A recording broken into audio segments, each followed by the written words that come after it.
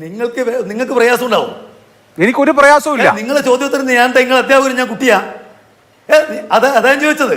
നിങ്ങളുടെ ചോദ്യത്തിന് ഉത്തരം പറയാൻ വേണ്ടി മാത്രം ഞാൻ ഇരിക്കാം. ഞാൻ നിങ്ങൾ അധ്യാപകൻ, ഞാൻ കുട്ടിയാ അല്ലെന്നല്ലോ. അല്ല, അധ്യാപകരും കുട്ടികൾ മാത്രമാണോ ചോദ്യം രാജ്യത്ത്? നിങ്ങൾ ക്ഷണിച്ചിട്ടേ വന്നത്. ഇന്നലെ വെള്ളാപ്പള്ളി നടേശനോട് മൈക്ക് തട്ടി മാറ്റുന്നതല്ലോ. ഇന്നിപ്പോ നമ്മൾ ഇത്രയും ദൂരത്തായതുകൊണ്ട് തട്ടി മാറ്റുന്നില്ലെന്നേ ഉള്ളൂ. എന്താ പേരാ സംഭവം? ശ്രീ എം പ്രകാശൻ മാസ്റ്റർ തൊണ്ടിയായി പിടിച്ചതിലും കൂടുതൽ സ്വർണം അവിടെ നിന്ന് കടത്തിക്കൊണ്ട് പോയിട്ടുണ്ട് എന്ന് SIT തന്നെ പറയുന്നത് എവിടെയാണെന്ന് കണ്ടുപിടിക്കാൻ പോലും ഇതുവരെ അന്വേഷണ സംഘത്തിന് കഴിഞ്ഞിട്ടില്ല. വല്ല തൊഴിലുറപ്പ് പണിക്ക് പൊക്കൂടാ നിനക്കൊക്കെ.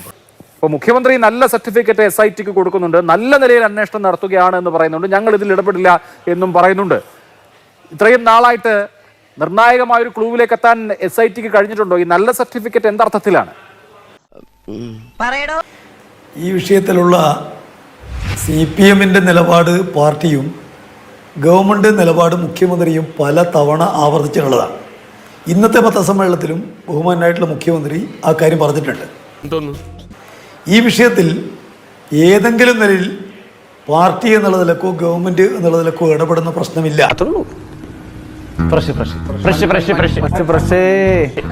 ചർച്ചയ്ക്ക് ആധാരമായിട്ടുള്ള വിഷയം കോൺഗ്രസിന്റെ ഒരു നേതാവിനെതിരായിട്ടുള്ള അന്വേഷണം നടക്കാനിടയുണ്ട് എന്നുള്ള വാർത്തയുടെ മേലെയാണ്. തന്നെ. പക്ഷെ എനിക്കൊരു കാര്യം ബോധ്യമുണ്ട്. മാതൃഭൂമി ചാനൽ ഇന്നിക്കാര്യം ചർച്ച ചെയ്യുന്നത് ഇക്കാര്യത്തിൽ കോൺഗ്രസിന് എന്തെങ്കിലും പങ്കാളിത്തമുണ്ട് എന്ന് തെളിയിക്കാനോ LDFന് മാത്രമല്ല പങ്കാളിത്തം എന്ന് തെളിയിക്കാനോ അല്ല. ഏതെങ്കിലും ഗവൺമെന്റിനെയും അതല്ല ഉദ്ദേശം. UDFന് പങ്കാളിത്തമുണ്ടോ LDFന് പങ്കാളിത്തമുണ്ടോ ഇപ്പൊ നമുക്ക് ചർച്ച ചെയ്ത് തീരുമാനിക്കാൻ പറ്റില്ലല്ലോ. അതിനല്ലേ ഒരു അന്വേഷണ സംഘത്തെ വിട്ടിരിക്കുന്നത്. അവര് വല്ലതും കണ്ടെത്തി തെളിയിച്ചാൽ നമുക്ക് നോക്കാം. അതല്ലാതെ ഇപ്പോ ചാനലിൽ അന്വേഷണം നടത്തിയിട്ട് ആരൊക്കെയാണ് പങ്കാളികൾ എന്ന് കണ്ടുപിടിക്കാൻ പറ്റുമോ? അല്ല, നിങ്ങൾ എന്നെ പഠിപ്പിക്കാൻ വേണ്ടി വർത്തമാനം പറഞ്ഞുകൊണ്ടിരിക്കുകയാണോ? നിങ്ങൾക്കിത് ചോദിക്കാനായിട്ട് എങ്ങനെ ധൈര്യം വന്നു? ഞാൻ പറയുന്നത് മാതൃഭൂമി ഇക്കാര്യം ചർച്ച ചെയ്യുന്നത് ഉദ്ദേശശുദ്ധിയോടെ അല്ല എന്ന് പറയാൻ വേണ്ടിയിട്ടാണ്. എന്തോ അലമ്പുണ്ടാക്കാൻ വന്നിരിക്കുക. ഇന്നിപ്പോ അടൂർ പ്രകാശിനെതിരായിട്ട് അന്വേഷണം നടക്കുന്ന വാർത്ത സാധാരണ ഒരു CPMനെതിരായിട്ടുള്ള ഒരാൾക്കെതിരായിട്ടാണെങ്കിൽ നിങ്ങളുടെ ചർച്ച എന്തായിരിക്കുമെന്ന് കാണികൾക്കറിയാം. നിങ്ങൾ ഇന്ന് കോൺഗ്രസ് ഇതിൽ കുറ്റവാളിയാണെന്ന് സ്ഥാപിക്കാനല്ല ചർച്ച എന്നാണ് ഞാൻ പറഞ്ഞു വെച്ചിട്ടുള്ളത്. എന്നത് പറയണ്ടേ? നിങ്ങൾക്ക് എന്തു കാര്യത്തിനും നിങ്ങൾക്കൊരു അജണ്ടയുണ്ട്. കഴിഞ്ഞ കുറച്ചു കാലമായിട്ട് കേരളത്തിൽ മാതൃഭൂമി ഉൾപ്പെടെയുള്ള മാധ്യമങ്ങൾക്ക് ഒരു അജണ്ടയുണ്ട്. ആ അജണ്ട മറ്റൊന്നുമല്ല. കേരളത്തിന്റെ ചരിത്രത്തിൽ ആദ്യമായിട്ട് രണ്ടാം ഊഴം LDFന്റെ ഗവൺമെന്റ് ഞാൻ പറയട്ടെ. നിങ്ങൾ അതിന് ചോദിച്ചോ? നിങ്ങൾ ക്ഷണിച്ചിട്ടേ വന്നത്. ബുദ്ധിമുട്ടിക്കുന്നില്ലല്ലോ. നിങ്ങളുടെ ഉദ്ദേശം അത് ഞാൻ പറയുന്നത് നിങ്ങൾ 4 പേരെ CPMനെതിരായിട്ട് പറയാൻ വേണ്ടി കൊണ്ടിരുത്തിയിട്ട് ഞാൻ പറയുമ്പോൾ ഇടപെടുന്നത് ശരിയല്ലെന്നേ പറയുന്നേ. നിങ്ങളുടെ ഉദ്ദേശത്തെ കുറിച്ച് ഞാൻ കാണികളോടെ പറയും, നിങ്ങളോടല്ല. മാതൃഭൂമിയുടെ ഉദ്ദേശം ഈ ചർച്ചയിൽ അടൂർ പ്രകാശനോ കോൺഗ്രസിനോ പങ്കുണ്ടോ എന്ന് സ്ഥാപിക്കലോ അത് സംബന്ധിച്ച് ചർച്ച ചെയ്യലോ അല്ല. നിങ്ങൾക്ക് ഇടതുപക്ഷത്തെയും ഈ ഗവൺമെന്റിനെ കുറ്റപ്പെടുത്താൻ എന്തെങ്കിലും കിട്ടുമോ എന്നുള്ളതിലേക്കാണ് ചർച്ച. മനസ്സിലാക്കി കളഞ്ഞല്ല. ഇന്നത്തെ ചർച്ച സ്വാഭാവികമായിട്ട് ഇപ്പോൾ CPMന്റെ ഒരാളുടെ പേര് ഈ നിലക്ക് അന്വേഷിക്കാൻ വേണ്ടി പോകുന്നു എന്ന് വന്നാൽ മാതൃഭൂമിയുടെ ചർച്ച ഇങ്ങനെ ആയിരിക്കില്ലല്ലോ. മാതൃഭൂമി CPMനെ കുറ്റപ്പെടുത്താൻ, അയാളെ കുറ്റപ്പെടുത്താൻ, അത് സ്ഥാപിച്ചെടുക്കാൻ എത്ര കാര്യമായിട്ട് ശ്രമിക്കുക. ഇവിടെ ഇപ്പൊ നിങ്ങൾ 3 പേരെ കൊണ്ട് അണിനിരത്തിയിരിക്കുന്നു. എന്തിനു വേണ്ടിയിട്ട്? നിങ്ങളുണ്ട് ഇവിടെ ഇടതുപക്ഷത്തെ കുറ്റപ്പെടുത്താൻ. ഒരു LDFന്റെ ഗവൺമെന്റ് ഭരിക്കുമ്പോൾ LDFന്റെ ഭാഗമായി നിൽക്കുന്ന ഒരാളെ അറസ്റ്റ് ചെയ്യുന്ന വിഷയത്തിലടക്കം LDFന്റെ ഗവൺമെന്റ് ഇടപെട്ടിട്ടില്ല എന്നുള്ളത് നാട്ടുകാർക്കെല്ലാം ബോധ്യമാണല്ലോ. പച്ചവെള്ളം ചവച്ചു കുടിക്കണ പഞ്ചപാവം അങ്ങോട്ട് ഇറങ്ങിയില്ലേ? അങ്ങനെ ആയിരിക്കും അവിടെ UDF ആണ് ഭരിക്കുന്നെങ്കിൽ. അങ്ങനെ അല്ലെന്നുള്ള ആർക്കറിയാതിരിക്കുന്നേ. അപ്പൊ അതുകൊണ്ട് അത്ര ന്യായമായ നിലക്ക് കാര്യങ്ങൾ സ്വീകരിക്കുന്ന ഗവൺമെന്റിനെ കുറ്റപ്പെടുത്താൻ വേണ്ടിയാണ് നിങ്ങളുടെ ചർച്ച എന്ന് ഞാൻ പറഞ്ഞത്.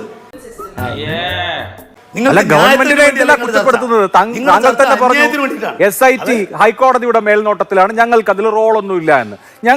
ഞങ്ങളുടെ കൂട്ടത്തിൽപ്പെട്ട ആരെയും സംരക്ഷിക്കുന്നില്ല എന്നും പറഞ്ഞു. അപ്പൊ പിന്നെ എനിക്ക് ഗവൺമെന്റിനെ കുറ്റപ്പെടുത്തേണ്ട കാര്യമില്ലല്ലോ. ഇപ്പൊ SIT സംഗതി കണ്ടുപിടിച്ചോ ഇല്ലയോ എന്നൊക്കെ ചോദിക്കാൻ ഏത് പൗരനും അവകാശമില്ല. നിങ്ങൾ ഗവൺമെന്റിനെ കുറ്റപ്പെടുത്തുന്നതല്ല. നിങ്ങള് 3 പേരെ അണിനിരത്തിയിട്ടുണ്ടല്ലോ ഇതിനകത്ത്.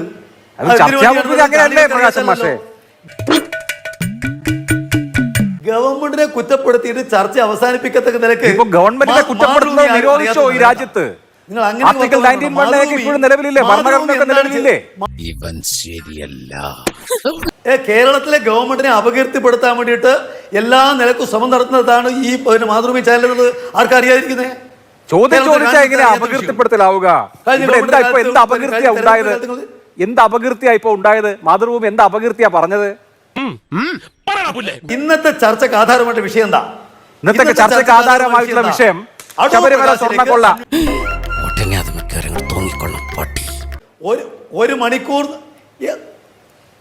ഒരു മണിക്കൂർ നേരമുള്ള ചർച്ചയിൽ നിങ്ങൾക്ക് എനിക്ക് അനുവദിക്കാൻ വേണ്ടി പോകുന്ന 10 മിനിറ്റോ 15 മിനിറ്റോ ആണ്. അതിനിടയിൽ നിങ്ങൾ ഇങ്ങനെ കയറി സംസാരിക്കേണ്ട കാര്യമില്ലെന്ന്. എന്നോട് ചോദിക്കുന്നതിന് ഞാൻ മറുപടി പറയല്ലേ പ്രകാശ് മാഷേ? നിങ്ങൾക്ക് പ്രയാസം ഉണ്ടാവും.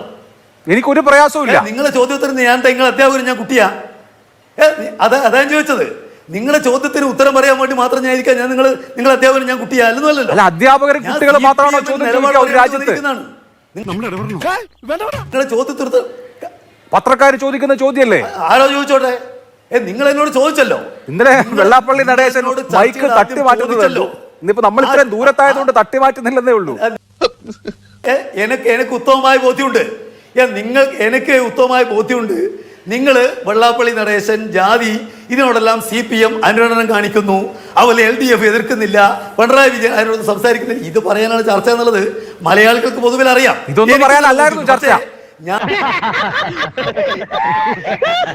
ഞാൻ ഈ ചർച്ചയിൽ പങ്കെടുക്കുന്നത് CPM എന്ന നിലപാട് പറയാനാണ്.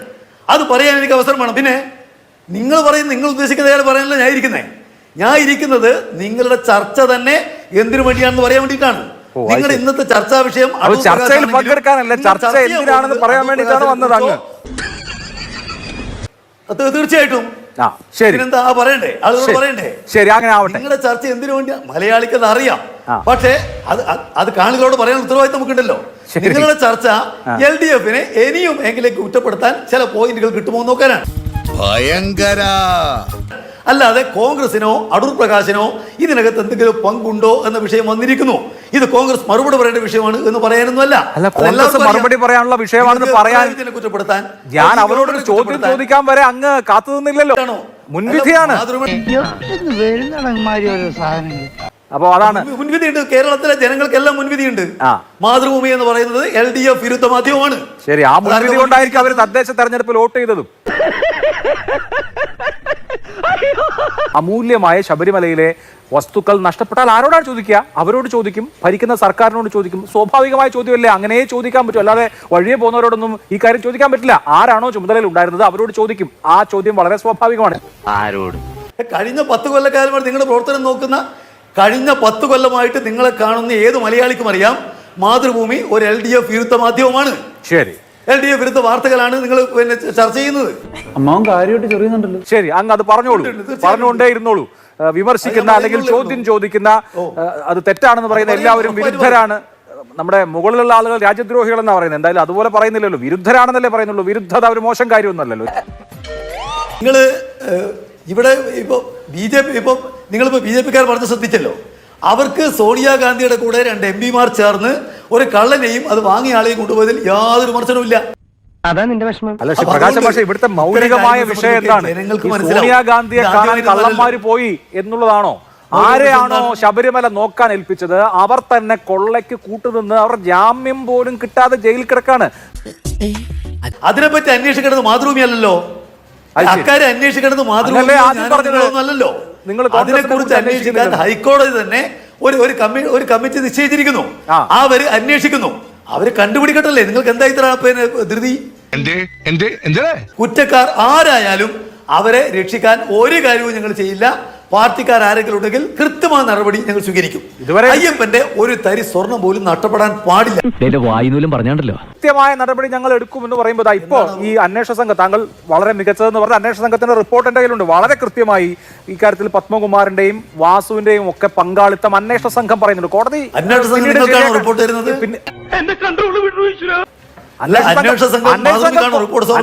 കോടതിയിൽ കൊടുത്ത റിപ്പോർട്ടാണ് ഞാൻ വായിക്കാം. അന്വേഷണ സംഘം കോടതിയിൽ കൊടുത്ത ബഹുമാനപ്പെട്ട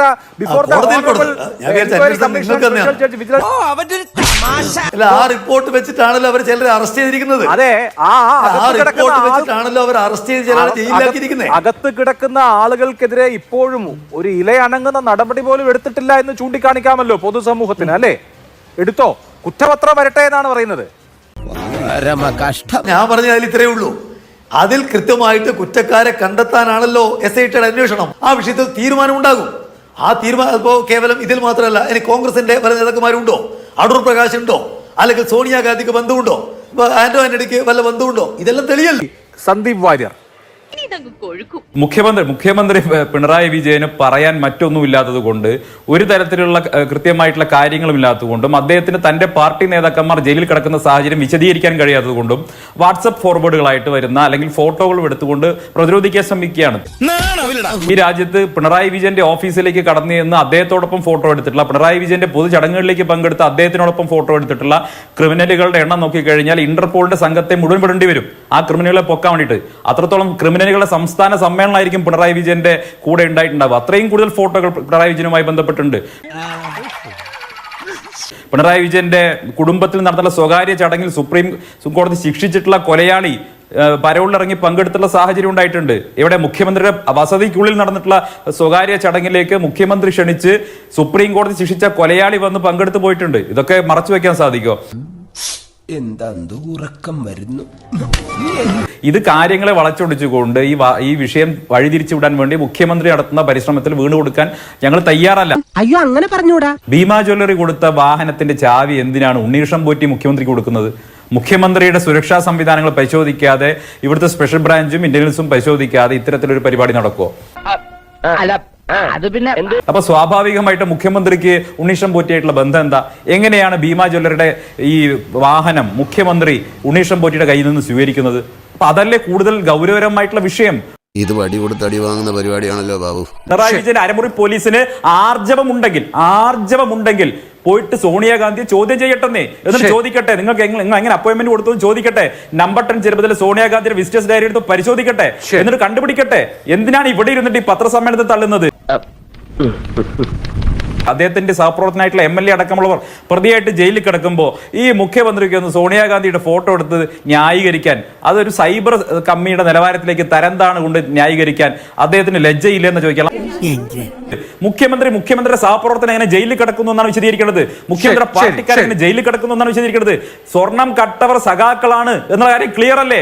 സഖാക്കളാണ് അയ്യപ്പ എന്ന് എഴുതിയതിൽ എന്താ തെറ്റുള്ളത്? സ്വർണം കട്ടവരാണ് ആരാണെന്ന് തന്നെ ചോദ്യം. സ്വർണം കട്ടത് സഖാക്കളാണ്, ഒരു സംശയവും വേണ്ട. അതിന് തന്നാരും വിളിച്ചില്ല. വിളിച്ചു തന്നെയല്ലേ? എങ്ങനെയാ?